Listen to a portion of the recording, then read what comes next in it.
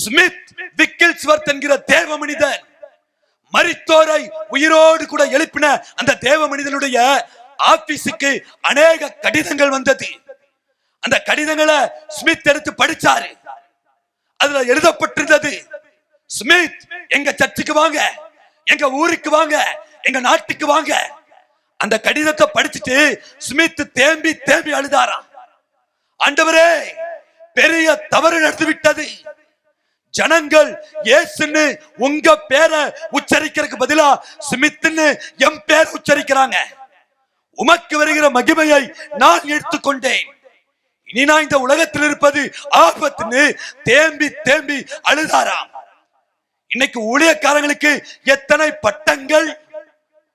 ஒரு சபையில ஒரு ஊழியக்காரரை சேர்ல உட்கார வச்சு சந்தனமால கிரீடோ, நான் பயந்துட்டேன் எங்க கும்பாபிஷேகம் நடத்திடுவாங்களோ.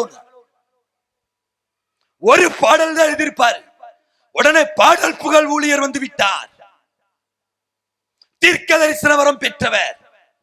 இன்னைக்கு உங்க வீட்டுல உப்மாவா சேமியான் தான் சொல்லுவார் தீர்க்க தரிசனம். உடனே தீர்க்க தரிசன வரம் பெற்றவர். நான் சிறுகவும் நீர் பெருகவும் என்று தன்னை தாழ்த்தின யோவான் ஸ்நானன் தான் ராஜாவையும் அரண்மனையும் அசைக்க முடியும்.